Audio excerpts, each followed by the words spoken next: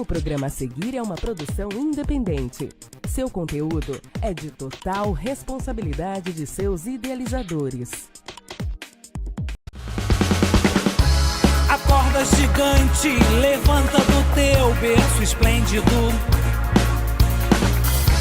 No leito estendido está toda contida a alma de uma nação.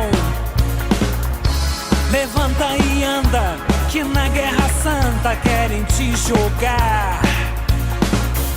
Amazônia é pulmão e o mundo precisa muito. É a vinheta de abertura, já foi.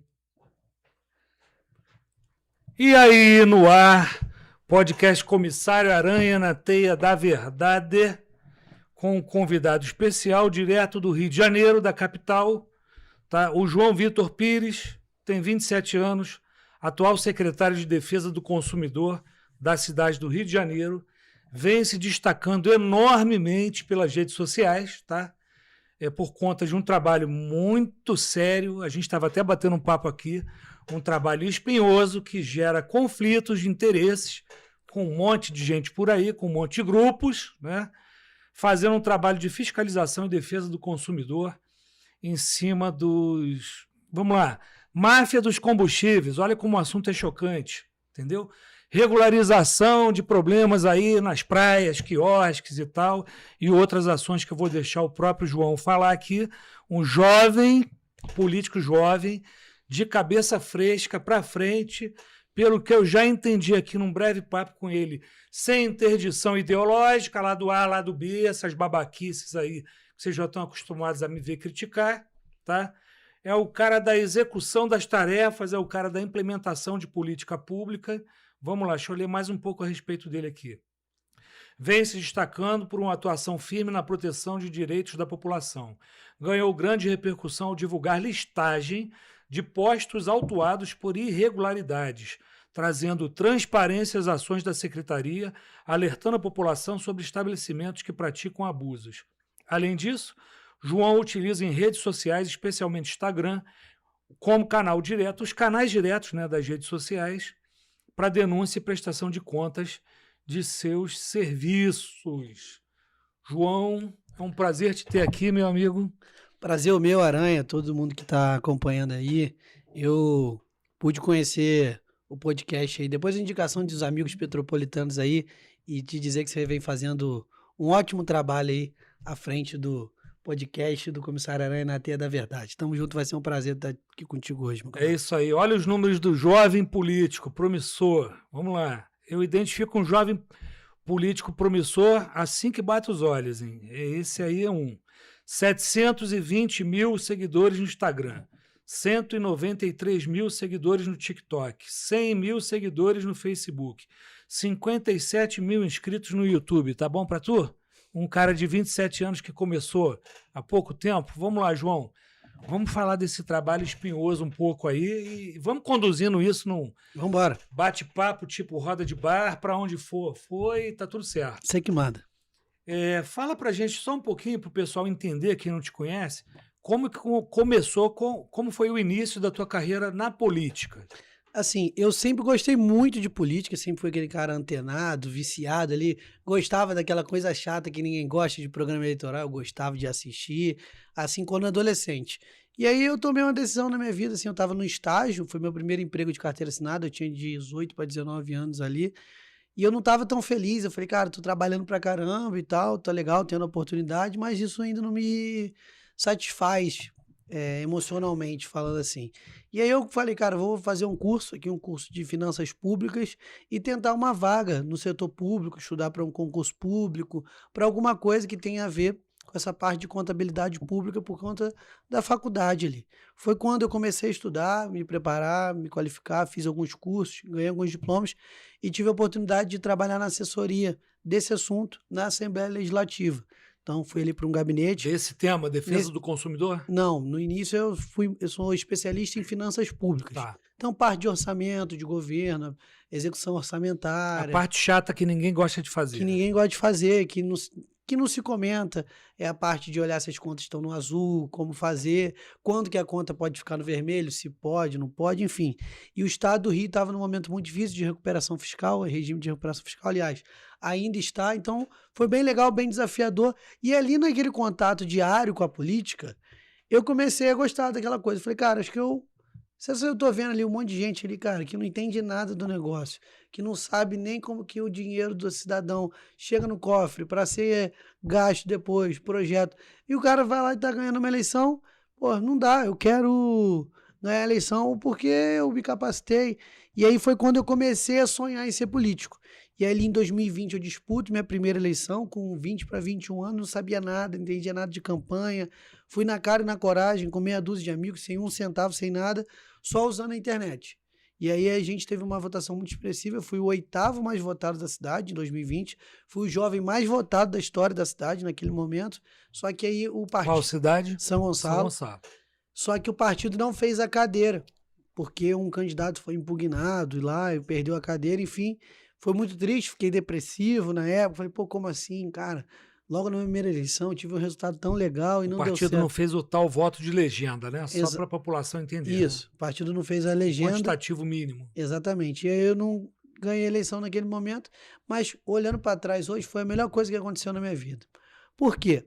Eu era muito jovem, a política é um lugar muito duro, as pessoas não têm noção. O que a gente vê na televisão, nos bastidores, não é nada perto do que realmente acontece.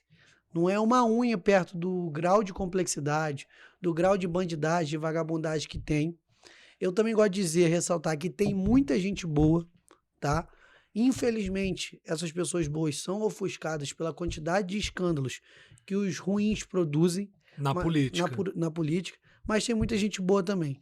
Só que essa gente ruim, ela é capaz de tudo para se manter. Isso causa, como na polícia, uma má sensação de que toda a instituição é corrompida, né? Exatamente. Você tem um mal político, num caso de corrupção, você pensa que todos os políticos não prestam, assim como na polícia. Tu pega um policial no crime e aí vem o julgamento coletivo de que a polícia inteira não presta. A gente passa pelo mesmo tipo de problema, né? Exatamente. Então foi mais ou menos nesse bojo ali que eu entrei na política. E desde então, cara, eu faço política. Sem mandato mesmo, nunca ganhei uma eleição. Mas assim, eu sempre falei em todas as minhas campanhas. Eu não tô vindo para uma campanha para prometer que eu vou fazer. Eu tô vindo para uma campanha para mostrar o que eu já fiz sem mandato e o que eu posso fazer com o mandato. E se eu perder a eleição, eu vou continuar fazendo. Claro que menos, porque o mandato te dá muitos instrumentos para fazer, mas a política, para mim, não é um fim em si mesmo. Ah, eu vou ter que ganhar a eleição para fazer, se eu não fizer, o povo que se lasque. Não. Enquanto não ganho uma eleição, vou fazer o que está no meu alcance. E eu fiz algumas coisas sem mandato, sem ser secretário, sem nada. E pela primeira vez eu tive a oportunidade de assumir um cargo onde eu tenho um poder, a caneta na mão, que ser secretário... Secretário de Defesa do Consumidor da cidade do Rio de Janeiro. Exatamente. Aí, Como é que pintou esse convite, cara? Então, cara, foi assim, logo depois da eleição de 24, o prefeito Eduardo Paes ganha a reeleição no primeiro turno ali. A gente já estava mais próximo ali por conta da minha eleição de 22 para deputado estadual, que eu disputei a eleição no partido dele, no PSD. E aí ele enxergou em mim alguém com caráter combativo. Ainda é o PSD, né? Ainda estou no PSD. Enxergou ali uma pessoa com caráter combativo e principalmente honesta. Porque ele falou, cara, defesa do consumidor não pode ser alguém que vai chegar lá e vai entrar na sacanagem. Por quê? O cara vai chegar no estabelecimento, vai achar pelo em ovo, vai sacanear o cara só para tomar um dinheiro do cara. E eu não quero isso no meu governo. Eu quero gente que fiscaliza sério. E com bom senso, não é chegar para foder o trabalhador, ferrar o trabalhador e ir lá pegar um dinheiro do cara, não. Viu alguma coisa errada? Deu para orientar, orienta. Agora viu alguma coisa absurda, vai punir, mas punir de verdade, não é punir pensando em depois ganhar alguma vantagem em cima disso. E aí ele foi e me fez esse convite, você quer ser meu secretário de Defesa do Consumidor? Tem alguns assuntos muito importantes da defesa do consumidor da cidade, que ao longo desses meus anos de governo que eu já tive, eu ainda não enderecei bem. Eu estou em dívida com a população da cidade do Rio de Janeiro nesse tema. E aí foi quando eu assumi a secretaria, a gente passa um primeiro momento ali, os primeiros 6 meses, mais de organizar a casa, de apagar os incêndios, de tratar os assuntos mais urgentes, mas estruturando para frente um caminho mais ousado, de conseguir fazer coisas que a gente não tinha conseguido fazer ainda. Que aí foi quando a gente começa essa nossa batalha, essa nossa cruzada contra a máfia dos postos de gasolina. A gente estrutura ali uma parceria muito forte com um instituto referência nacional em combate às irregularidades no setor de combustíveis, que é o ICL. A gente traz tecnologia para esse combate. Hoje a gente tem um carrinho misterioso, que é um carrinho que ninguém sabe como funciona, ninguém sabe qual é, que tem tanques adaptados nele. Então, o posto de gasolina abastece o carro achando que está abastecendo um carro qualquer, só que, na verdade, a gente tem todo o encanamento ali desviado para tanques dentro desse carro. Para fazer a medição. Faz a medição, faz o teste de qualidade e a gente Que essa é a fraude na bomba, né? Tem a fraude na bomba e a fraude no combustível que a gente consegue analisar, porque fica reservado, a gente faz o teste também e a gente consegue voltar com assertividade. Porque imagina, outra coisa que as pessoas acham, né? Que todos os postos roubam. Não. Tem muito posto honesto. Só que posto de gasolina é um negócio que tem muito, principalmente na cidade do Rio de Janeiro, tem 700. Então, se a metade for honesto, você tem uma metade que é corrupto. Então, é gente pra caramba. Você está falando aí de 300 postos espalhados pela cidade que estão com algum tipo de fraude. Em termos percentuais, tu tem ideia? Cara, assim, hoje, assim, a gente ainda está com um levantamento um pouco enviesado. Por quê? Porque como a gente já tem um mapeamento de quem é corrupto, a gente já está indo nos mais suspeitos. Então, a nossa amostra hoje... Está com foco direcionado, Está né? com foco direcionado. Então, a gente só vai ter o cenário mais real quando a gente cobrir mais área na cidade. Quando a gente conseguir alcançar o número total de postos que a gente tem na cidade. Porque hoje a gente já tem um mapeamento por vetores. Tem um vetor do preço. Tem um vetor, por exemplo, de rede. Ah, um posto de fulano já foi encontrado com irregularidade. A gente puxa, se aquela mesma pessoa, aquele mesmo nome tem mais CNPJs. E aí a gente volta naqueles CNPJs também para conferir. Ou então ligações, parentes dessa pessoa tem posto de gasolina. A gente vai também. Então tem vários vetores que a gente organiza de maneira inteligente para ir nesses postos de gasolina fazer o levantamento. Então hoje a nossa amostra, ela tem lá 60%, 70% de postos com irregularidades. Mas a gente não pode presumir que necessariamente são todos esse percentual que representa os postos de gasolina na cidade, porque a gente ainda está com foco muito nos que a gente já suspeita que tem alguma irregularidade. Olha só para vocês entenderem do que ele está falando, né? Uma das espécies de fraude, a fraude na bomba. Você vai lá botar R$100 de gasolina. Aí, vamos dar um tiro aqui, um chute. Deu 20 litros. Não é bem isso, mas só para fazer número redondo. R$100 de gasolina daria 20 litros. Não, entrou 15, entrou 16. Às vezes menos, dependendo do nível de fraude dessa bomba. Você está entendendo? Você vai pagar por 20 litros e está recebendo menos. Essa é uma das fraudes. Exatamente. Essa fraude é a fraude mais comum, que é a fraude que a gente chama de fraude da bomba baixa. E hoje, cara, eles estão muito sofisticados com isso. Dispositivo eletrônico, né? Lá muito atrás já chegou a ser mecanicamente mudança de bloco da bomba. Hoje não. É 100% eletrônico. E por muito tempo, isso era feito com uma mudança nos dispositivos de dentro da placa. Hoje eles estão tão sofisticados que a placa adulterada e a placa original, elas são idênticas. Eles conseguem agora injetar um programa, um software. Para quem não é da área, assim, só para entender, existe uma diferença entre software e hardware. Hardware é o equipamento, é a placa de vídeo, é um chip, é alguma coisa. O software são os programas que a gente instala no nosso computador. Photoshop, essas coisas, isso é software. Eles têm um software, que é um software de automação, que é o software que faz o trabalho para eles de emissão de nota fiscal, mas dentro desse software tem uma automação para fazer o desvio. Então eles apertam um botão lá e falam, hoje eu quero roubar 5% de cada abastecimento, hoje eu quero roubar 10%, hoje eu quero roubar 20%, hoje eu quero roubar 30%. E mudam com um clique. Então é uma fraude que é muito difícil de pegar. E eles, inclusive, estão fazendo isso para ludibriar o judiciário. Por quê? Hoje eu chego para fiscalização, como que eu consigo pegar?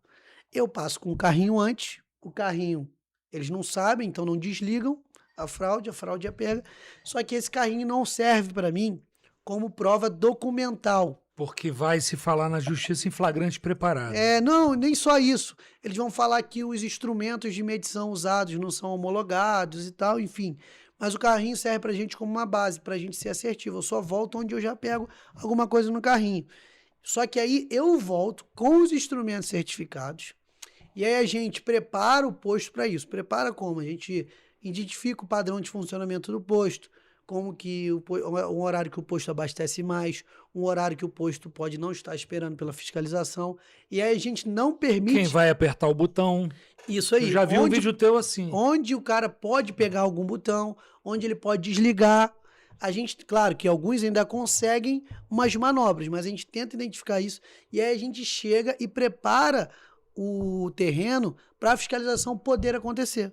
Então, ó, chegamos, você não pode pegar no telefone no momento da medição, você não pode ir a nenhum computador, nada disso. A gente vai fazer as medições. E aí a gente consegue pegar dessa maneira. Só que o que está acontecendo, cara? Muitos estão sendo abusados, desafiando o poder público, fazendo ligações clandestinas de energia, escondendo funcionários dentro de salas e escritórios de monitoramento para quando a gente chegar, o funcionário desligar completamente a luz do posto. Ou então, montando centrais de monitoramento fora do posto, dentro de locais conflagrados, com barricadas, dominados pelo crime organizado. E fazer acesso remoto. E fazer acesso remoto. Você vê o nível de que a coisa está chegando. Então, a gente consegue pegar porque a gente muda a nossa rotina, muda o horário que a gente vai, porque senão o cara fica ligado, ó, vou ficar aqui de frente pro computador de 9 às 5 da tarde, porque é um horário crítico. Então a gente tem hora que a gente vai 9 da manhã, tem hora que a gente vai 2, tem hora que a gente vai 10 horas da noite, tem dia que a gente vai sábado, tem dia que a gente vai domingo, porque só assim a gente consegue pegar. Você tá entendendo por que a gente chama de máfia de combustível? Estão percebendo aí a gravidade do assunto? Vamos lá. É nesse nível. Então, assim, a gente tá falando de gente perigosa, mafiosa e que tenta de tudo continuar roubando. Porque assim, eles sempre conseguiram roubar. Porque eles sempre foram acostumados, Aranha. O seguinte, a fiscalização batia lá, eles ligavam para um amigo, para um político, muitas vezes, para um agente do judiciário, para um agente da Polícia Civil, para um agente da Polícia Militar, que eles conseguiam corromper ali, e ou compravam as pessoas ou intimidavam. E assim, eu entendo, de certa forma, quem se intimida. Porque realmente não é simples você chegar ali, você é um servidor público de carreira, por exemplo. Aí seu trabalho é fazer aquela fiscalização. Aí você está lá se matando, botando tua vida em risco. Para depois você descobrir que o seu superior estava lá envolvido em esquema de propina com aquele cara. Aí o que o cara pensa no dia seguinte? Eu vou botar minha vida em risco para fiscalizar, para depois tá meu superior pegando dinheiro com essa galera e me vendendo, me entregando. Não. Aí o cara fala o quê? Trabalho desmotivado, joga a bolinha pro lado. Então, um pouco do meu trabalho, Aranha, é tentar mostrar, principalmente para os meus funcionários, para os meus subordinados lá, para a galera que trabalha comigo, que me ajuda nessa missão, que é o seguinte, eu dou o exemplo. Eu vou em todas as fiscalizações, eu me exponho mais do que eles, porque eu, com a visibilidade que eu tenho, eu estou muito mais protegido do que eles. Eu sou o para-raio. Eu tenho essa missão, eu tenho essa responsabilidade com eles. E eu falo para eles todo dia, o dia que eu descobrir que algum de vocês tem algum tipo de ligação, tá recebendo presentinho, recebendo dinheiro, propina, de algum player, de algum jogador dessa máfia, tá demitido na hora. Não tem perdão, não tem duas conversas. Porque a gente quer dar o exemplo. Porque, Aranha, sem sacanagem, se a gente não fizesse nada, em pouco tempo, toda a cidade do Rio de Janeiro ia estar tomada por essa máfia. Porque como que eles operam? Você tem 2 postos de gasolina. Em muitos lugares na cidade do Rio tem assim. Um posto de um lado da rua, um posto do outro lado da rua. E aí, o cara que é mafioso, ele investe uma grana pesada, acima do valor de mercado, para comprar o seu posto. Aí você fala, pô, uma proposta dessa eu não posso recusar. Meu posto vale R$1 milhão, o cara está me oferecendo 1,5 milhão, 2, vou vender. Aí você nem entende, pô, o cara vai comprar tão caro, o posto não volta isso tudo. E aí ele vai e pega aquele posto e bota do outro lado da rua 40 centavos mais barato do que o cara da frente. Só que posto de gasolina já opera com a margem muito baixa em lugar que tem concorrência. A margem do posto é 5%, 6%, 7%, no máximo 8%, 10%, é muito baixo. Para você lucrar com posto de gasolina bastante dinheiro, você tem que ter vários. É no volume. Porque a margem é baixa de lucro da gasolina, do combustível. E aí você vê como que o cara está conseguindo botar um combustível tão barato. tá com fraude. E aí ele quebra o cara da frente, porque ele vai tomando o cliente do cara e o negócio do cara começa a dar prejuízo, porque você vai abastecer no posto que é mais barato. Mas mal sabe você que na ponta do lápis você está pagando muito mais caro, seja porque você vai ter que fazer uma manutenção no seu carro ou porque ele está roubando na bomba. Porque se fazer uma conta com você aqui, o cara que vende a gasolina 5,49, que alguns postos que roubam lá fazem isso, 5,49, ele rouba 30% na bomba, o litro da gasolina para você, na prática, está saindo a R$7, não a 5,49. E o cara da frente está vendendo a gasolina 5,99. Ou seja, na prática você está pagando R$1 mais caro no litro da gasolina, achando que está pagando R$1 mais barato. No caso que eu comentei da fraude da bomba, de você estar recebendo menos combustível, pagando mais. Isso. E aí tem gente que faz as duas fraudes. Fraude na quantidade, que é a fraude... E na qualidade. E na qualidade, que é vender etanol como gasolina. E essa é uma fraude que agora se tornou muito comum. Porque como que acontecia antes, né? Antes eles botavam realmente etanol no tanque da gasolina para misturar e botar a gasolina famosa batizada no carro das pessoas. Só que isso estava muito ruim para eles. Por quê? Porque imagina, a fiscalização chega e pega um tanque com 5.000 litros de gasolina batizada. Ele perdeu a gasolina que estava lá e o etanol que ele botou para batizar, ele perde. Então, como que eles fizeram para agora terem um prejuízo menor e despistar ainda mais a fiscalização? A bomba, o tanque de combustível, ele tem tubulações ligadas às bombas. E as bombas puxam o combustível do tanque. O que eles fazem agora?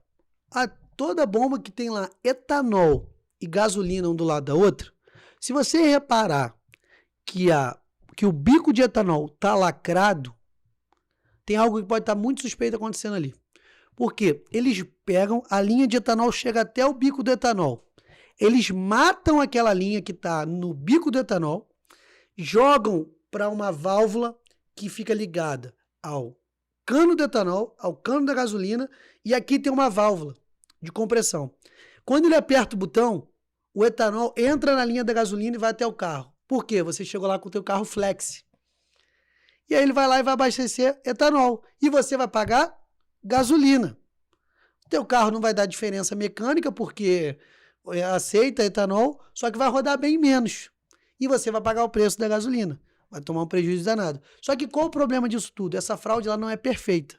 Primeiro porque às vezes o frentista, o gerente não desarma, e aí você para com um carro lá que não é flex, e o cara mete álcool no teu carro, mete etanol no teu carro, ou então essa fraude suja a linha. Porque mesmo que você desative, a linha fica com um pouco de etanol ali na mangueira.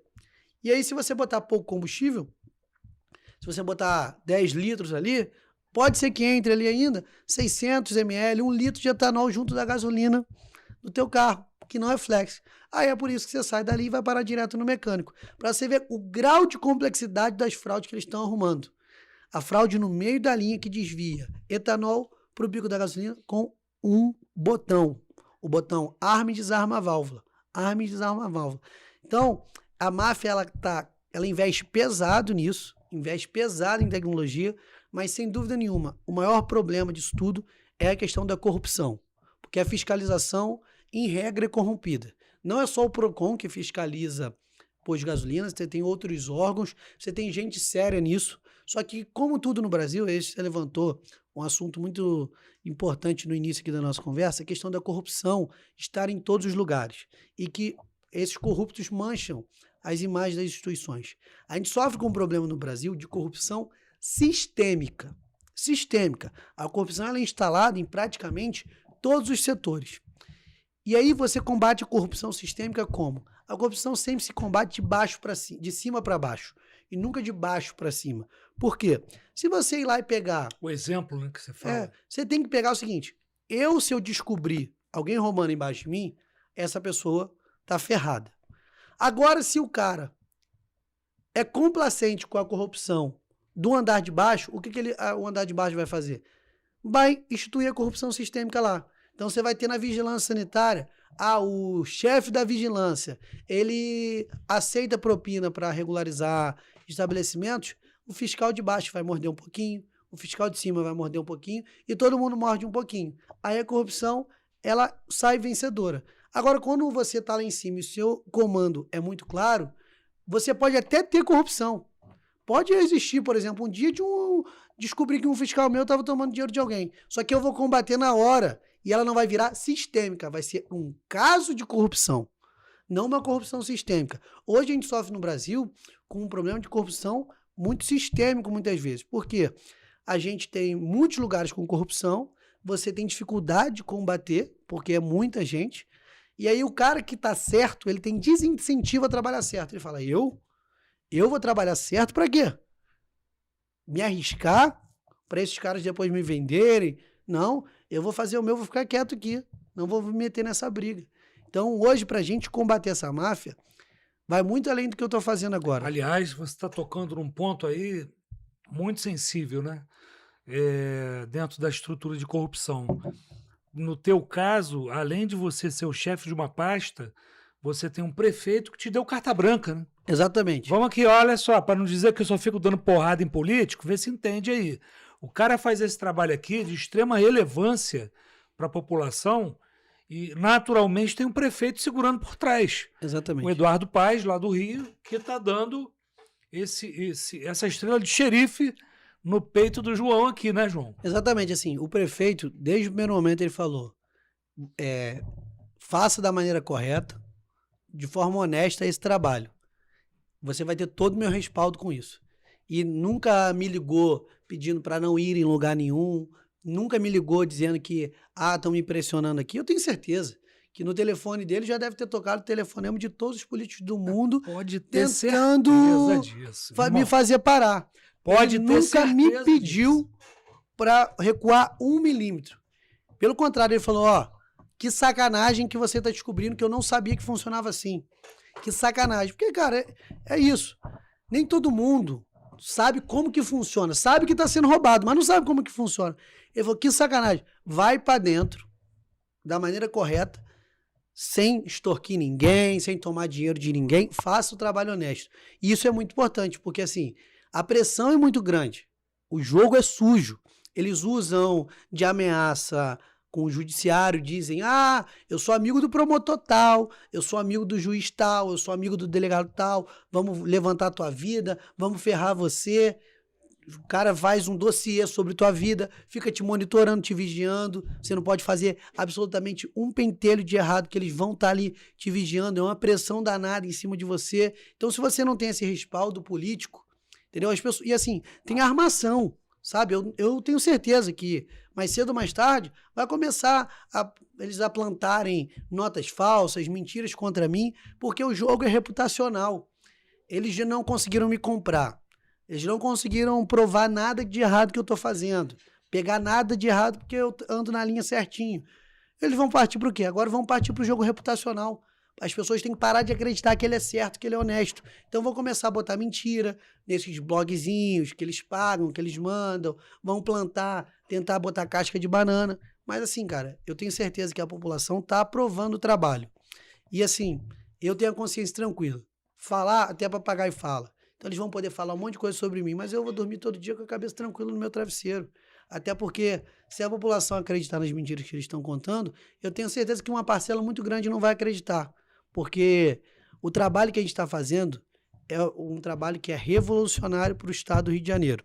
A gente está plantando essa semente na cidade, mas a gente já viu outras pessoas em outros municípios já tentando fazer, em outras cidades, outras capitais tentando fazer, e a gente está mostrando que, assim, quem não quer trabalhar está ficando constrangido. O cara que antes era responsável por fazer essa fiscalização e nunca fez, ele fala, agora eu tenho que ir, porque senão fica feio para mim. Um parênteses aqui, ele está falando de um problema aqui, de um assunto que também é comum na polícia que investiga, que é a Polícia Civil e Federal, também lá na Polícia Militar, que é o PRF também, a mancha da reputação, né? É você denegrir a imagem do outro. Quando você está de frente a uma ação anticrime, que é isso do que a gente está tratando aqui, né? Nós estamos falando disso, tá? E você acua o criminoso, você coloca ele no escanteio, esse criminoso ele tenta duas coisas basicamente, te comprar e, se não conseguir, arrebentar a tua reputação para dizer que tu é corrupto, tá? Ele passa por isso, a gente passa por isso na polícia, quando a gente tenta implementar um trabalho sério, entendeu? Quantas vezes eu, em 31 anos de polícia, já tive gente que tentou jogar meu nome na lama para tentar me afastar de uma investigação qualquer. Para tu ter uma ideia, eu trabalhei 15 anos na Delegacia de Defraudações e na Delegacia Fazendária, que são especializados da Polícia Civil, tá? Nós tivemos um inquérito na Delegacia de Defraudações, que eu fui o responsável pelo andamento dessa investigação, que na época se chamou o Bolsa Fraude da Alerj. Inventavam filhos que não existiam. Lembro disso. Tá? Era pequeno, mas eu vi a reportagem depois. Inventavam filhos que não existiam para receber o auxílio creche, tá? Dentre os funcionários de vários gabinetes ali, com a divisão de La Plata, tá? A rachadinha que sempre existiu, tá? Daqueles auxílios creche, auxílio educação, aquela porcaria toda. 5 deputados afastados, 5 deputados presos, deputados estaduais. Aquele inquérito lá do comissário Aranha na Delegacia de Defraudações, onde eu estava comentando agora há pouco aqui, que tentaram me corromper várias vezes, estou na minha tranquilo até hoje. Ainda tentaram me matar. Olha como é que é o nível das coisas. O que eu costumo dizer, João, que eu sempre identifiquei, pelos meus anos todos investigando fraude, e eu me especializei nisso, tá? Foi até isso que me interessou quando o amigo lá falou a teu respeito, que eu fui procurar o teu trabalho. Quando a gente investiga fraude pesada, o jogo é profissional, né? E aí você pode ter certeza, você deve saber disso, óbvio, que atrás desse movimento todo de máfia de combustíveis, temos também Comando Vermelho e milícia. Assim, hoje, no setor de combustível, para dar retaguarda para os criminosos que executam as fraudes ali, a gente tem hoje 4 principais tipos de organização criminosa. Organizações criminosas políticas, que aí tem a ver com políticos que usam do seu tráfico de influência. Que, a meu ver, é a verdadeira face da Orcrim no país, tá? Porque na política, na má política, vamos lá, na má política, a gente tem mesmo uma estrutura de Orcrim, entendeu? Exatamente. Aí você tem ali na política aquele cara que usa da sua influência, porque um deputado tem uma influência, entra em gabinetes, entra em secretarias, para o cometimento de crime ali, para ter um posto de gasolina fraudando, ou então para outros tipos de fraude, que aí já não são fraude que eu investigo. A gente tem um deputado preso aí que estava passando informação para Comando Vermelho. Exatamente. E a gente tem políticos ali que usam ou sua influência para fazer esse tipo de fraude, que são as fraudes que a gente investiga, ou outros tipos de fraude, como lavagem de dinheiro, corrupção, para esquentar a grana de que eles roubam na política mesmo. A gente tem ali pessoas ligadas à polícia civil, polícia militar, que se valem da sua influência nessas instituições para o cometimento de crime. A gente tem o crime organizado, aí a gente vê aí hoje em dia PCC, Comando Vermelho e milícia. E aí, Ana, eu vou falar um negócio aqui que muita gente não fala. Muita gente fala, o PCC, o Comando Vermelho e a milícia usam posto de gasolina para lavar dinheiro. Mentira. Eles usam posto de gasolina para ganhar dinheiro. Exatamente. Porque o dinheiro que eles ganham nas operações ilegais que eles cometem dentro das comunidades que eles dominam, muitas das vezes não chegam perto do que eles podem ganhar com a rede de postos dele. Por quê? Comando Vermelho e PCC não pagam imposto. Eles vão lá, vão arrumar um jeito de comprar combustível desviado, sonegado. Só aí ele já tem um ganho enorme na venda do combustível dele. Eles vão roubar na bomba e na qualidade. Por quê? Vai chegar o fiscal lá, eles vão botar a arma na cara do fiscal, o fiscal vai voltar para casa. Ninguém tem peito de aço, ninguém é super-homem, ninguém tem que arriscar a própria vida para isso. A gente tem que fazer o combate, mas ninguém tem que estar morto, a gente não combate nada. Nada.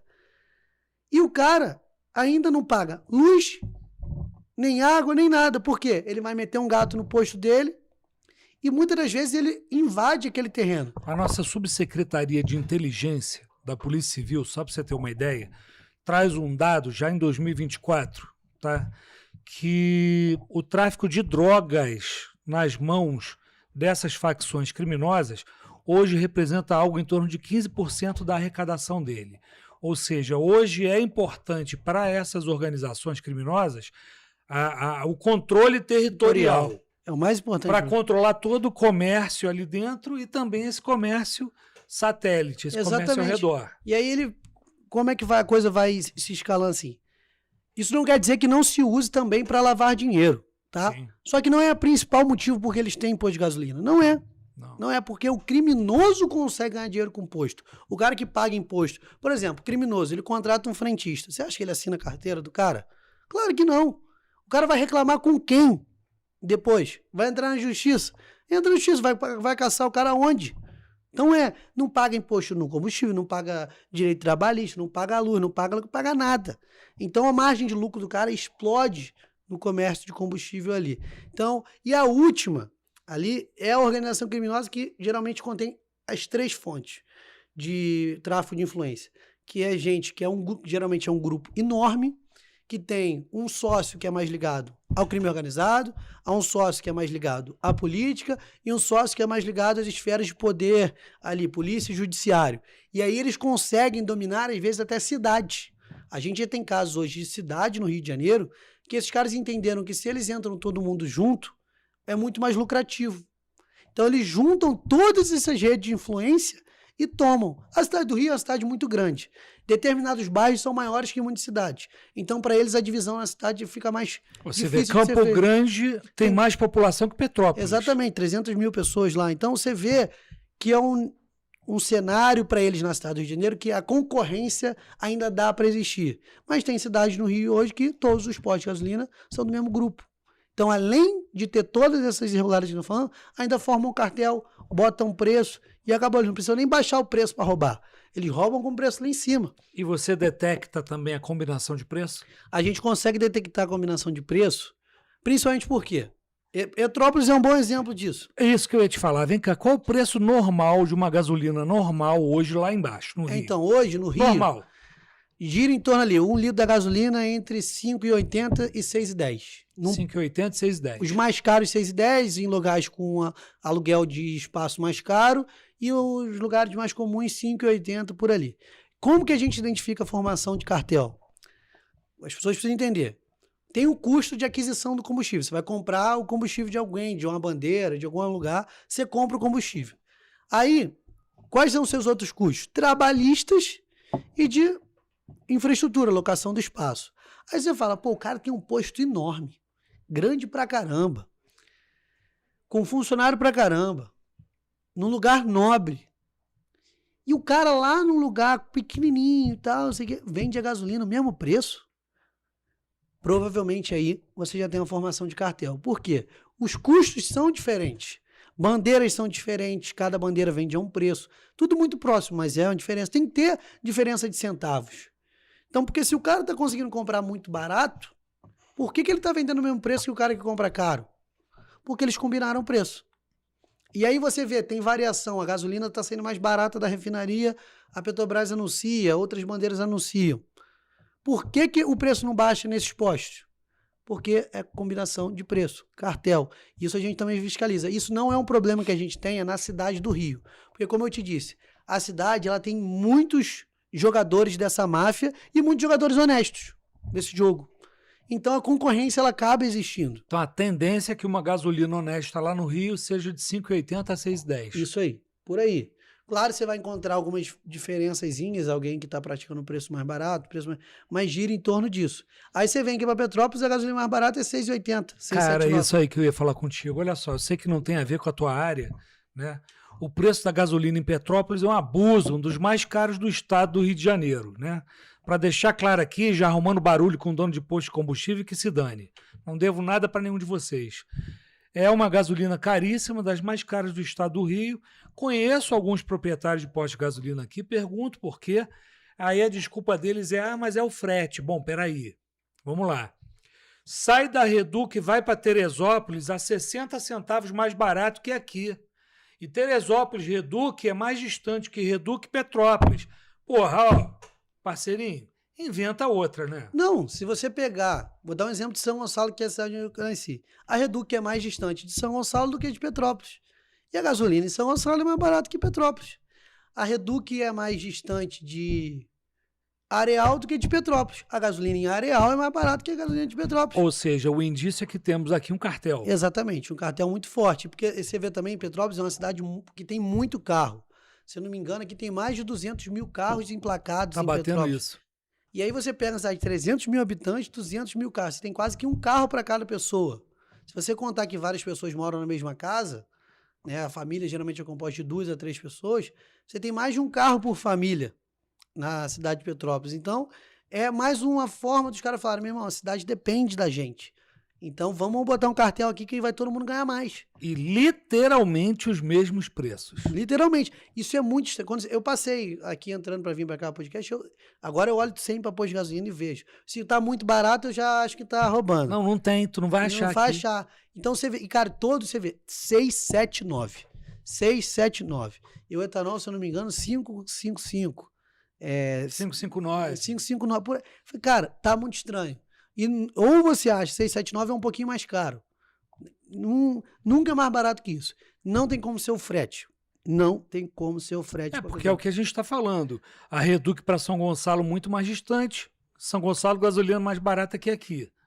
Né? Aí você pode alegar, mas tem a serra, então por quê? Então tinha que ser o mesmo preço na região serrana toda. Teresópolis é muito mais barato que aqui. Entendeu? Não é.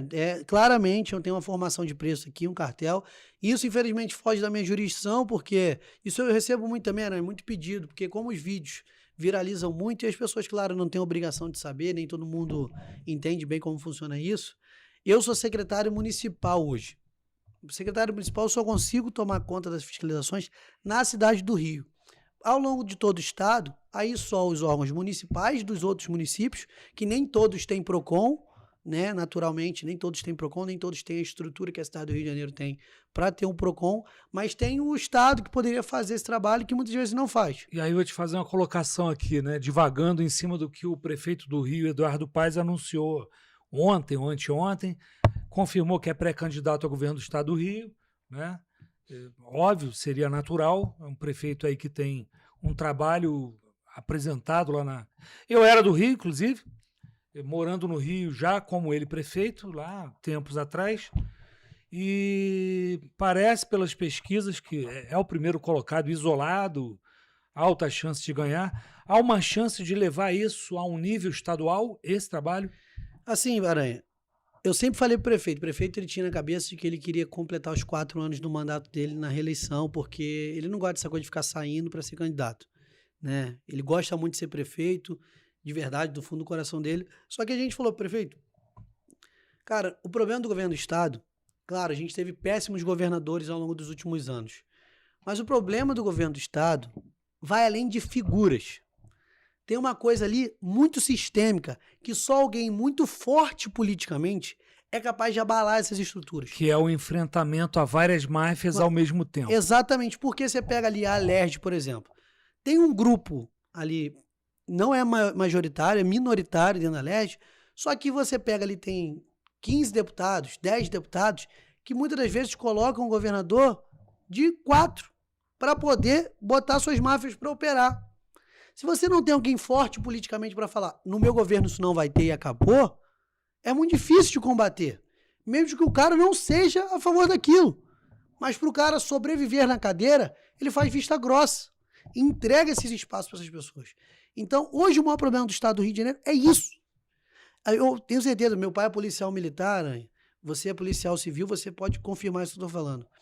Com todos os problemas que temos nas nossas polícias de investimento, que carece muito de investimento, tem que ter muito mais investimento, e aí podem falar que é muito caro, mas segurança, defesa, como se fala pelo mundo, é caro mesmo. Segurança pública boa e barata não existe.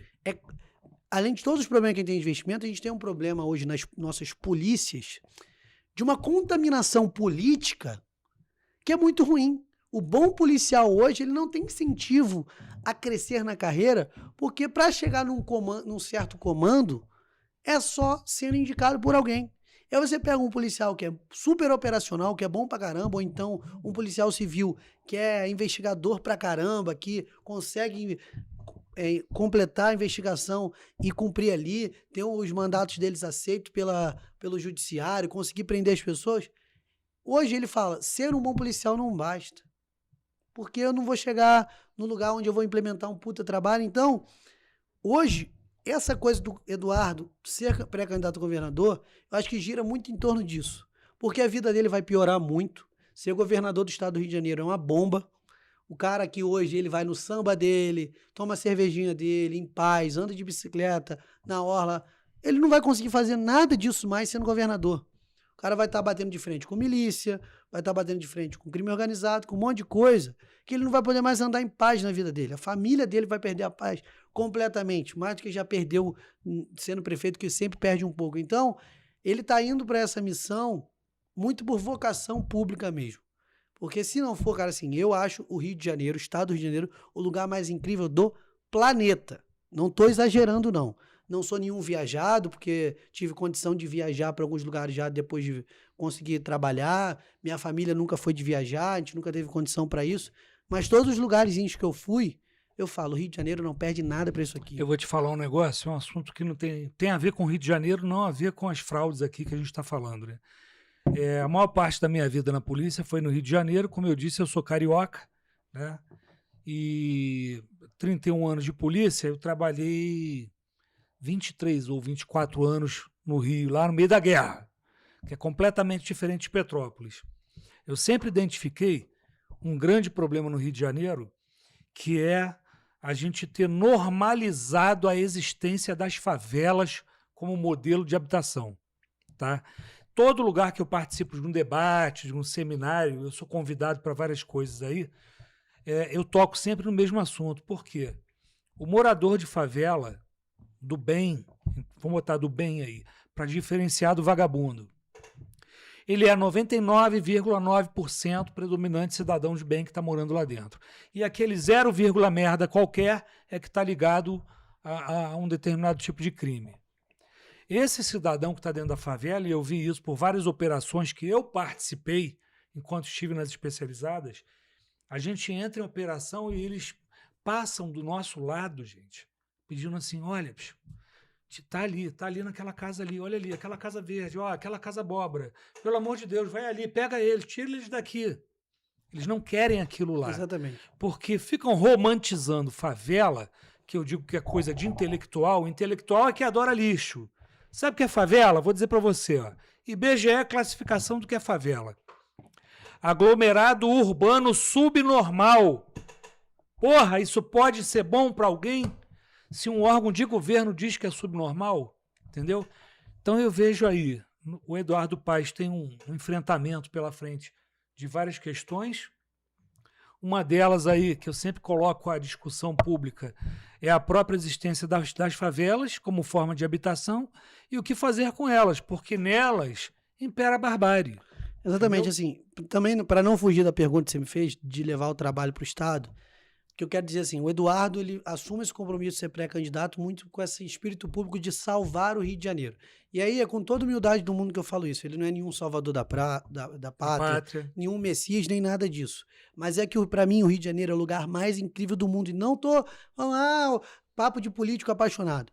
Não tem lugar nenhum do mundo que você tem uma região serrana, linda como a nossa, uma região dos lagos, linda como a nossa, Mar de Caribe, maravilhoso, uma Costa Verde, linda como a nossa, e uma cidade como é a cidade do Rio de Janeiro, linda. Você tem Pão de Açúcar, Cristo Redentor, um monte de beleza, tudo perto uma da outra, lagoa. Cara, o gringo fica louco com isso aqui. As praias. Qual é o nosso único problema? Que se a gente exterminar com esse problema, a gente vira o lugar mais incrível do planeta. Vira a melhor cidade do mundo. É a violência, é a segurança pública. Então eu acho que o Eduardo, ele tem essa coisa de que não é ele que vai resolver, nem nos 8 anos de governo, se ele for eleito governador, por exemplo. Não dá tempo, 8 anos é muito pouco, mas a semente a ser plantada é o Estado, o governo do Estado do Rio de Janeiro é um governo de Estado que combate o crime. Hoje não é. Hoje o governo do Estado do Rio de Janeiro é um governo que tenta não sucumbir ao crime, mas não combate. O crime, ele ganha espaço todo dia no nosso Estado. E principalmente o problema do domínio territorial. E aí o que você falou sobre levar esse trabalho que eu estou fazendo no município do Rio com ele, levar para o Estado. Assim, Aranha, eu não sou hipócrita e demagogo. Já fui candidato 3 vezes, não escondo, não tenho vergonha de falar que sou político. É pré-candidato a deputado estadual agora em 2026. A gente estava conversando isso aqui antes, ele disse que não tinha problema nenhum de falar. Não tenho vergonha nenhuma de falar que sou político. Muita gente fala, só tá fazendo isso então por causa de eleição. Eu falo, de 2 em 2 anos no Brasil tem eleição. Cara, e vou te falar... Se eu deixar de fazer... é um caminho natural, cara. Ou não, e assim, ano passado, por exemplo, 2025, eu assumi dia 1º de janeiro de 2025. Em fevereiro eu tava fazendo coisa, pessoal, tava fazendo isso porque ano que vem tem eleição. Tem um mês que eu tô no cargo. Tem um mês que o prefeito assumiu o novo governo. De 2 em 2 anos no Brasil tem eleição. Todo ano, ou é ano de eleição, ou é ano pré-eleitoral. Se eu não puder trabalhar no ano da eleição e no ano pré-eleitoral, eu não vou trabalhar nunca no Brasil. Eu até sou contra, eu acho que a gente tem eleição demais e que isso atrapalha, porque de 2 em 2 anos a política para de falar de certas coisas para falar de eleição. Mas é a realidade como ela é, entendeu? Eu não tenho vergonha nenhuma de falar que sou político, porque eu acho que tem que ter vergonha de falar que é político, é safado. Porque, de coração, para mim, não tem nada mais nobre no planeta do que a profissão da política. Porque é literalmente você colocar toda a tua energia, toda a tua vida por um bem comum. Você é bem remunerado, mas o político que trabalha de verdade, ele não tem vida. O político que trabalha de verdade não tem final de semana, tem muito pouco descanso. A vida familiar dele acaba se tornando... A política entra na vida familiar, então a minha noiva, a minha mãe, o meu pai, onde vai, as pessoas querem falar de política comigo, tem que participar de... Todo evento acaba se tornando político, um aniversário, uma comemoração. Então, assim, é muito nobre. Só que, infelizmente, a gente tem uma política, uma classe política hoje que faz valer a revolta da população. A população é muito revoltada com isso.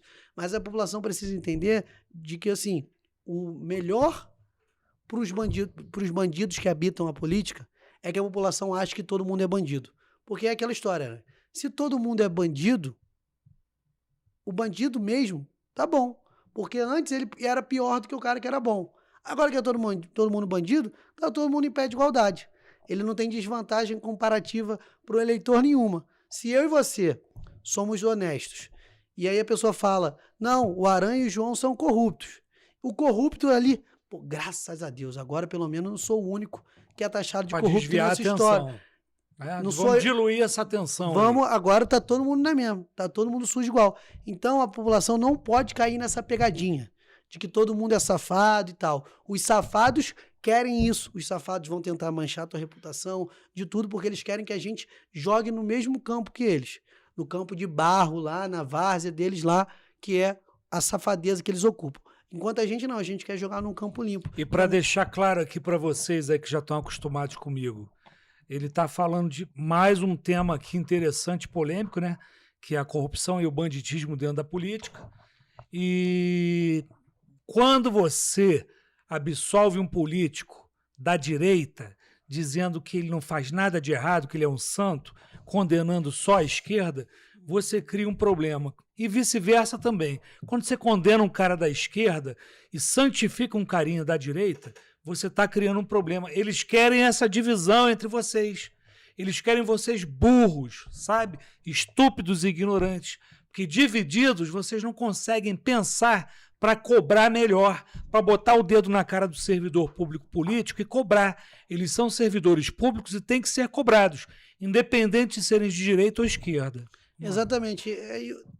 Eu quero muito, eu acho que o Eduardo ele tem toda a capacidade de ganhar a eleição para governador. Tenho certeza que ele vai levar esse trabalho para todo o estado do Rio.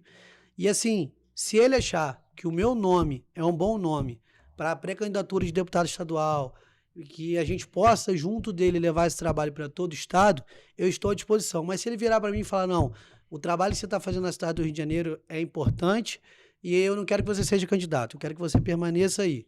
Eu permanecerei. Sabe por quê? Porque, como eu já disse, eleição não pode ser um fim em si mesmo. Você disputar a eleição por uma vontade pessoal de ganhar a eleição.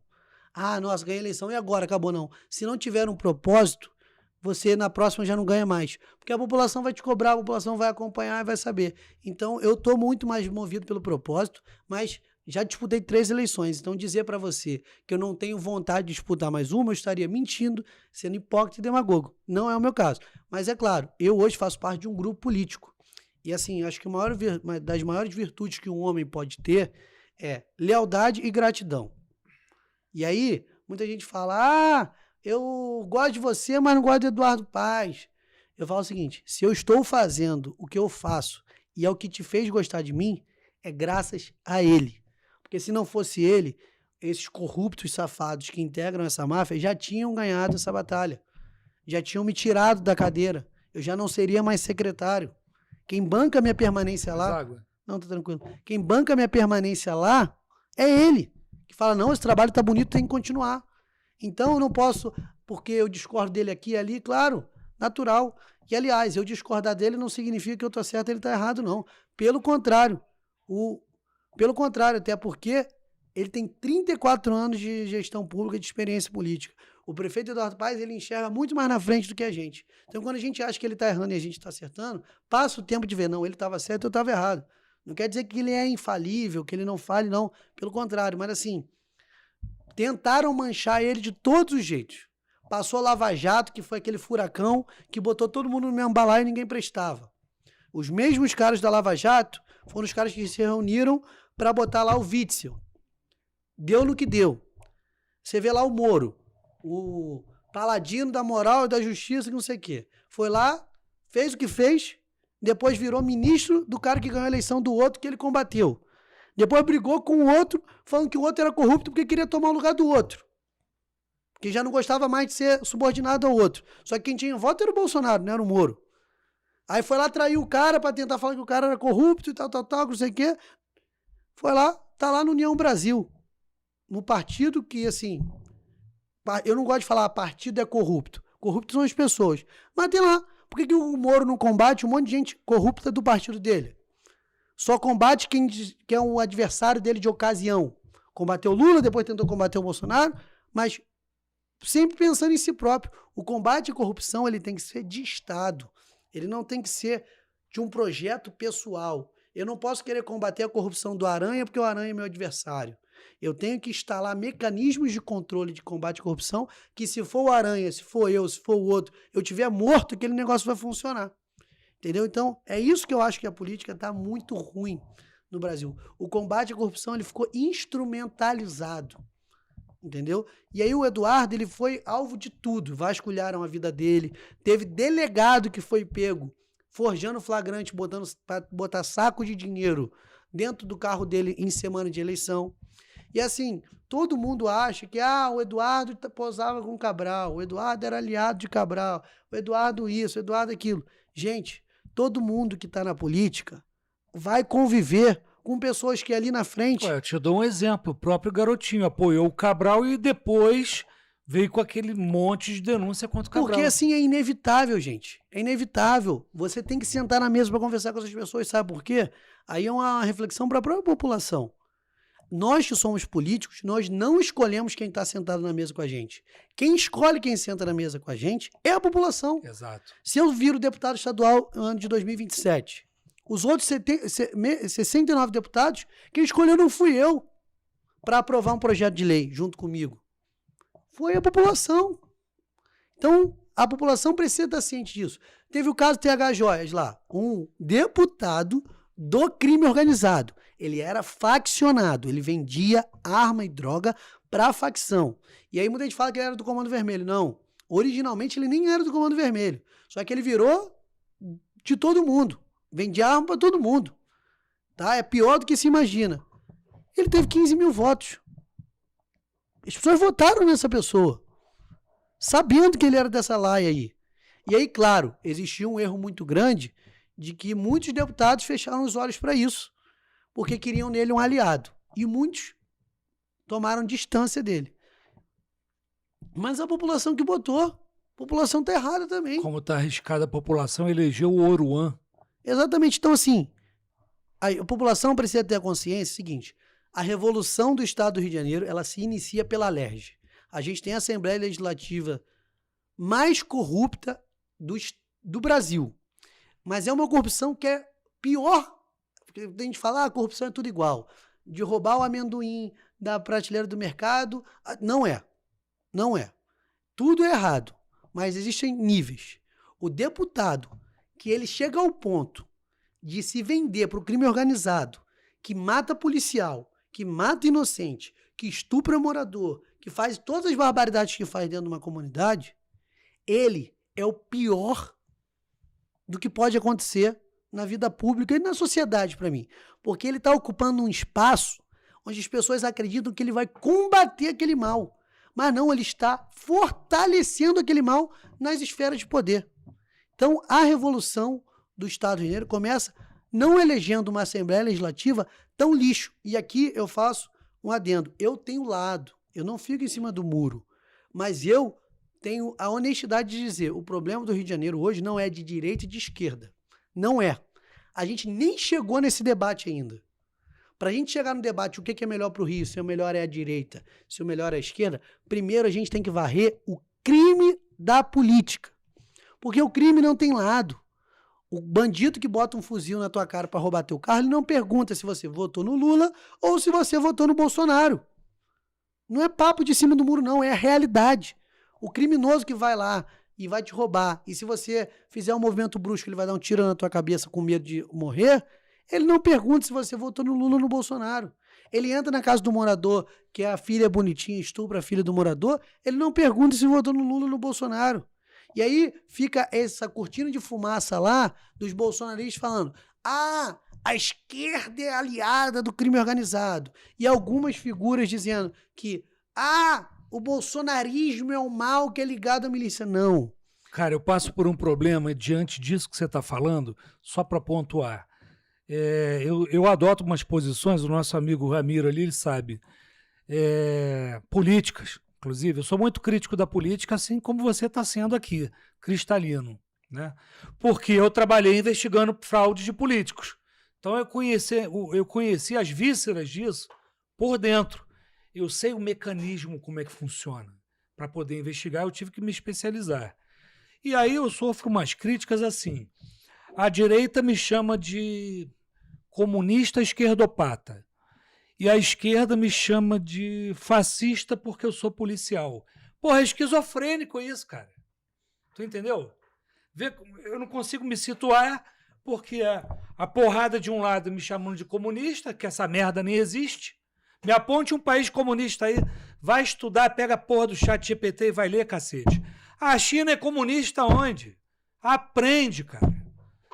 E aí a esquerda, que vive em Nárnia, que quer dar solução para a segurança pública com 30 anos à frente, quando tu tem um tumor cancerígeno agora, me chama de fascista por ser policial. Mas vamos lá. Então, é exatamente isso, Aranha. O que eu gosto de falar é o seguinte: você é de esquerda ou de direita? Eu tenho meus posicionamentos. Não me coloco em cima do muro nem nada disso. Mas eu falo, vamos inverter a lógica. Me faça perguntas. O que eu penso sobre segurança pública? Eu acho que segurança pública, sim, a questão da falta de oportunidade é um dos motivos.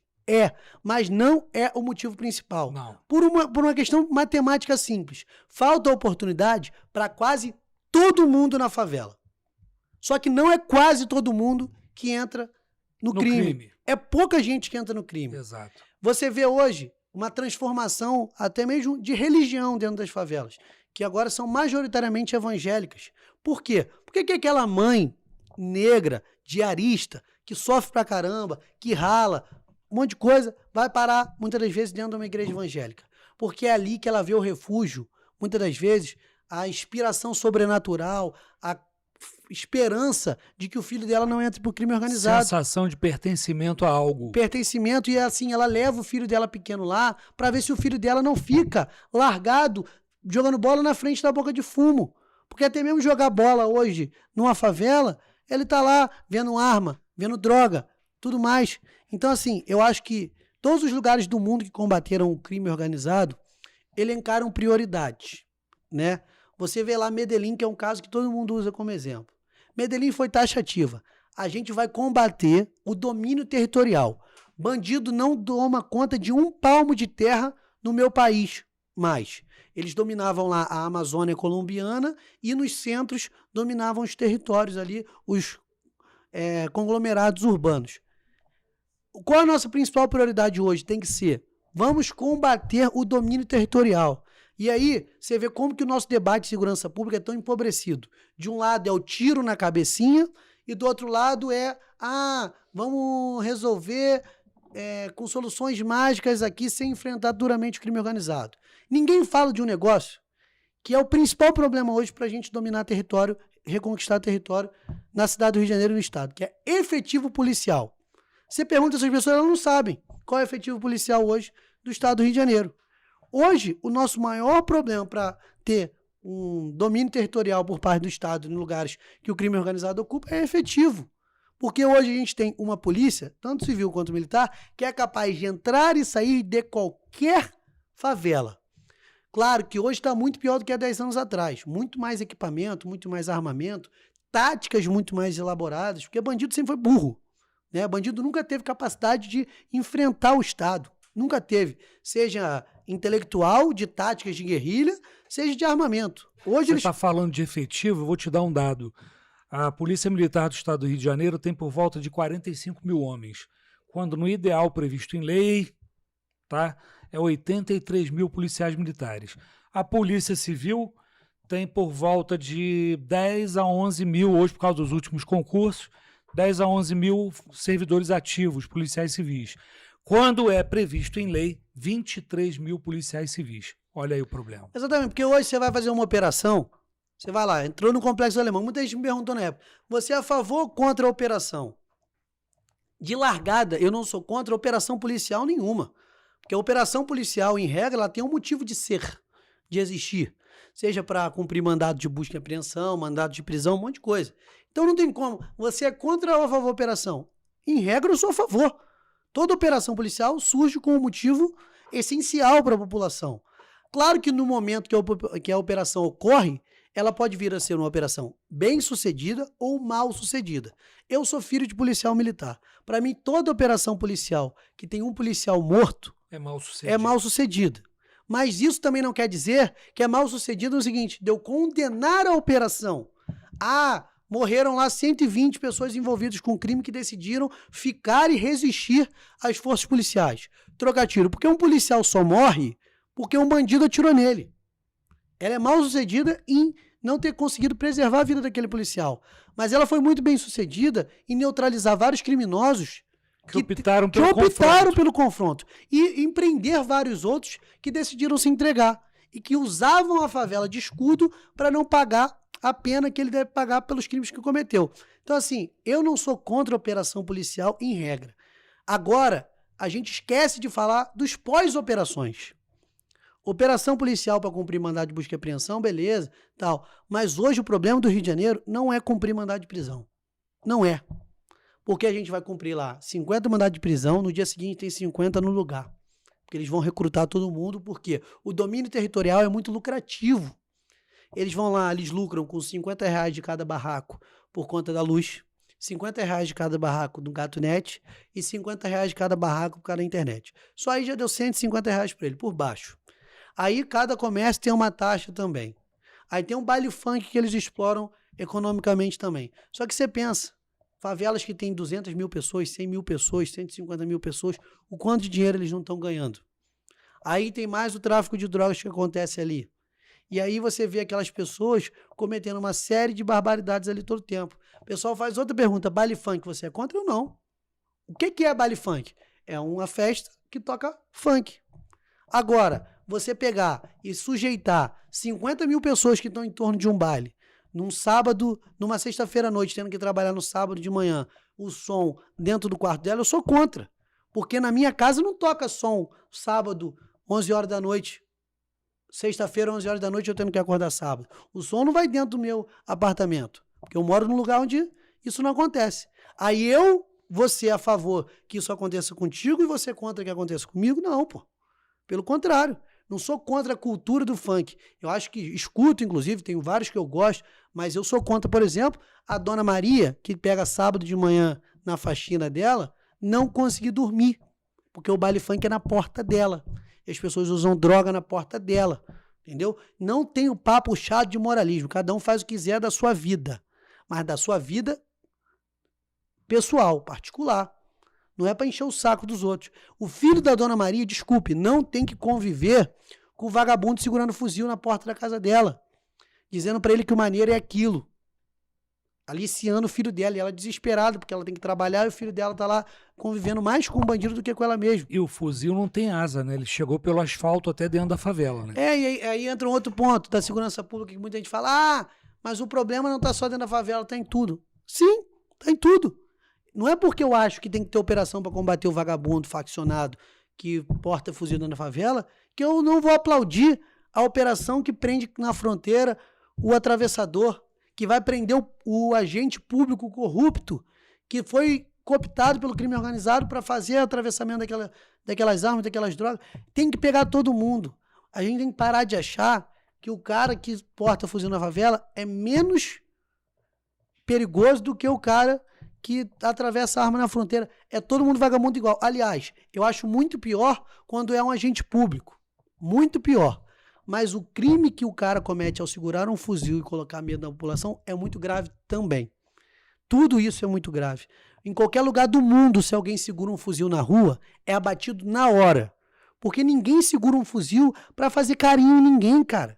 Fuzil é arma de guerra. Arma de guerra. Como que a gente vai normalizar alguém segurar um fuzil? Na Austrália, o cara apareceu na rua de fuzil, abateram o cara. E não apareceu ninguém para falar contra. Só no Brasil que a gente ainda tem algumas pessoas que às vezes eu acho, né, de coração, não fazem isso de má intenção, não. Em tentar relativizar essas coisas. Não fazem por má intenção, mas são, infelizmente, muito descolados da realidade da população. São muito descolados do que é o enfrentamento ao crime. Porque tentam florear certas soluções que nunca vão existir. Porque o Brasil falha em combater o tráfico de armas e a desigualdade, quer dizer que a gente tem que ser mais leve ao punir os criminosos. É o problema de uma parcela da esquerda que joga na conta da desigualdade social toda essa tragédia da segurança pública. Quando não tem uma ligação direta. Até se explica por isso. Mas não é somente pela desigualdade social. Não. O exemplo que você deu, se fosse pobreza e miséria a causa primária de toda essa problemática da segurança, toda uma favela seria repleta de bandidos. Para mim, hoje o principal problema da criminalidade no país é impunidade. E serve para todas as esferas de crime. Da corrupção ao crime organizado. Por que a pessoa hoje ela toma coragem para cometer um certo crime? Ela tem muitos incentivos a acreditar que nada vai acontecer com ela. Porque ela viu o amiguinho fazendo e não deu nada. Ela viu o outro amiguinho fazendo e não deu nada. Ou então quando deu, ficou pouco tempo preso, ficou nada, voltou, aí valeu a pena. Quando o crime passa a valer a pena, a pessoa que não é criminosa ainda, ela balança. Começa a balançar. Se ela não tiver, por exemplo, uma estrutura familiar firme que contenha ela ali, que fale, não, isso não vale a pena. E muitas das vezes nem a família consegue segurar. Deixa eu só te pedir um favor aqui rapidinho, que eu tô vendo que o horário tá avançando. Quem tá na técnica aí? Oi, tá com um videozinho no ponto aí, só para mostrar um vídeo da ação do João aqui? A gente se empolgou aqui, cara, esqueceu dos vídeos, né? Vai, você que toca aí, eu tô... Vê aí se tem algum vídeo aí que pode... Amanhã eu vou voltar aí, domingo também. Não pode estar sem tabela. Tem que ficar com a tabelinha, cara, de preço visível aí. Você tem a tabela aí? Bota ela aí pra gente. Porque assim, cara, cadeira e guarda-sol, o negócio que o pessoal vem de longe, cliente, esperando ter. Pra um, cobra mais caro porque pra outro. Porque não tem como sentar o rabo quente nessa areia, não tem como. Mas a fiscalização intensificou, montamos uma operação nas praias da cidade do Rio pra diminuir, né, essas ocorrências de eu preciso que vocês botem preço nas coisas. E tem dado muito certo, vai só notificar principalmente fazendo a obrigação da exposição das tabelas de preço. Para acabar essa história de você sentar, mentira que é esse preço, descobri agora, não. Eles são obrigados a botar a tabela ali para o consumidor chegar e já saber quanto que ele vai pagar. Porque também tu evita do cara olhar para tua cara e dizer o preço em razão da tua cara, né? Ou então depois que você já usou tudo, ele fala, agora é outro preço, porque você já usou, então ele vai te obrigar a pagar. Vê um outro vídeo aí para nós, que eu sei que o tempo tá acabando, só para poder passar mais... Sem sacanagem. O posto que vende isso aqui, cara, quer fuder a vida dos outros, porque é o cara que para o carro aqui não é flex, ele vai andar aqui adulterado, bomba roubando e também sonegação. Eles estavam emitindo notas... 72% de etanol na gasolina, foi isso? 72% de etanol na gasolina e 33% de roubo na bomba. E as notas fiscais emitidas por esse posto estavam em outro CNPJ. Por que eles fazem isso? Porque aí você... Tu lembra onde é esse posto? O bairro só? Esse posto é em Realengo, ali na Marechal Fontinelli, perto ali do Dom Atacadista. E além disso, eles dão essa notinha falsa em outro CNPJ, porque imagina, você chegou lá, abasteceu a gasolina adulterada e pegou seu canhoto lá, da maquininha de cartão. O que eles fazem? Você não vai poder voltar para reclamar, porque eles vão falar, essa notinha não é do meu posto, não. Meu posto CNPJ é esse. Essa notinha que sabe, porque na hora tu não repara. Sim. Você só pega e vai embora. Então tu não consegue nem voltar para reclamar. Vê um outro para nós aí. Vou te contar como funciona Isso. Esse é um posto em Marechal, que eu fechei umas 3 vezes, eles vão pra justiça, arrumam eliminar, voltar a funcionar. Você faz queixa-crime também? Você apresenta notícia A gente crime? sempre faz um relatório e encaminha pra DDSD. Isso. Pra DDSD poder apurar criminalmente. Delegacia de Defesa dos Serviços Delegados da Polícia Civil. Que é quem hoje está tomando conta dessa parte de posto de combustível. Uhum. A gente teve esse posto em Marechal, conseguiu eliminar, a gente derrubou eliminar. No momento ele se encontra fechado, que essa é uma outra luta que a gente tem. Eles enganam o judiciário, eles atravessam petições pedindo eliminar, cheio de mentira, dizendo que a nossa fiscalização fez isso, fez aquilo quando não fez, ou então de que eles regularizaram o problema, mas não regularizaram porque, como eu te disse, é um problema que não tem aparência mais, ele não funciona mais de forma aparente.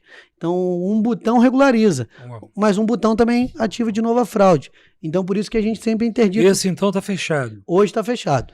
Tem outro aí? Quem insistir em roubar... Mais um. Esse aí, por exemplo, é um posto que tá aberto agora. Ficou uns 2 meses fechado, mas conseguiram uma liminar na justiça para derrubar. E ali você pode ver no vídeo, olha o preço do etanol. 4,4. Isso é para atrair cliente. Porque o etanol lá embaixo não é esse preço, é 4,50, 4,60. O cara bota R$4 o etanol para roubar e trazer cliente para ele. É isso. Então tá atuando também lá na Orla, né? Isso, agora foi uma operação assim, outro lugar que a gente não esperava ter que trabalhar, porque assim, cara, tem um lugar que a gente espera que o bom senso prevaleça, né, cara? Então a gente quer focar onde a gente tem mais problema, mas como a gente chegou numa situação insustentável na Orla, a gente montou essa operação e a gente tem recebido muitos elogios de que as coisas têm melhorado lá também. Bom, ameaças acontecem?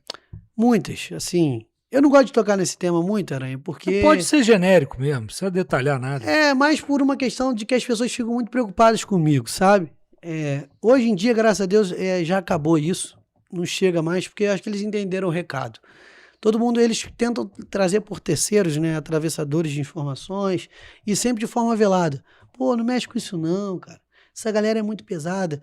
Meio que... Tem gente que fala isso, bem intencionada, mas tem aqueles caras que a gente sabe que são ligados a eles e que falam isso. Mas também eu acho, a gente estava batendo um papinho aqui antes de começar o programa, a tua visibilidade popular, de certa forma, te protege, né? A visibilidade ela protege muito, mas a gente ainda tem medo dos caras que não tem nada a perder. Os caras grandes, eles fazem conta, mas tem sempre aqueles malucos que querem mostrar serviço. Não, vou fazer, vou acontecer, o chefe vai me amar se eu fizer acontecer. Entendeu? Assim, eu não duvido nada desses caras. Eu tomo meus cuidados, né? E assim, eu acho que a gente não pode perder essa guerra pro medo.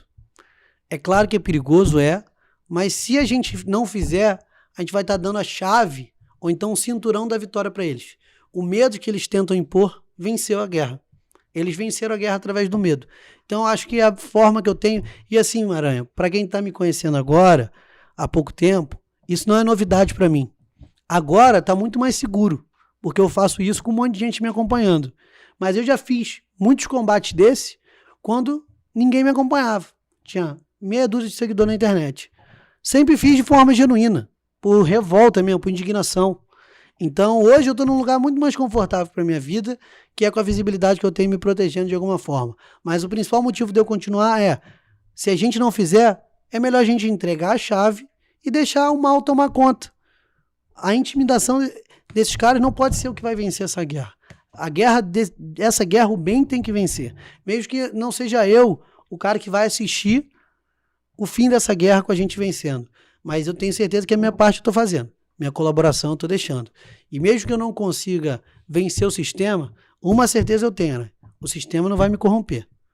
Mesmo que um dia eu tenha que me aposentar, pendurar minhas chuteiras, dizendo não consegui vencer a batalha que eu travei, eu vou pendurar as chuteiras dizendo o seguinte: lutei o bom combate e não me rendi às propostas indecorosas que foram feitas ao longo da vida. E vou pro meio do mato, pra minha rocinha, que eu sou doido de ter, um sítiozinho no finalzinho da minha vida, e vou terminar minha vida dessa forma. A questão toda aí é ser um bom estrategista, né? Tem uma frase de um político antigo, tá? Que deixou uma memória meio controversa aqui no estado do Rio de Janeiro, que era o Leonel Brizola, né?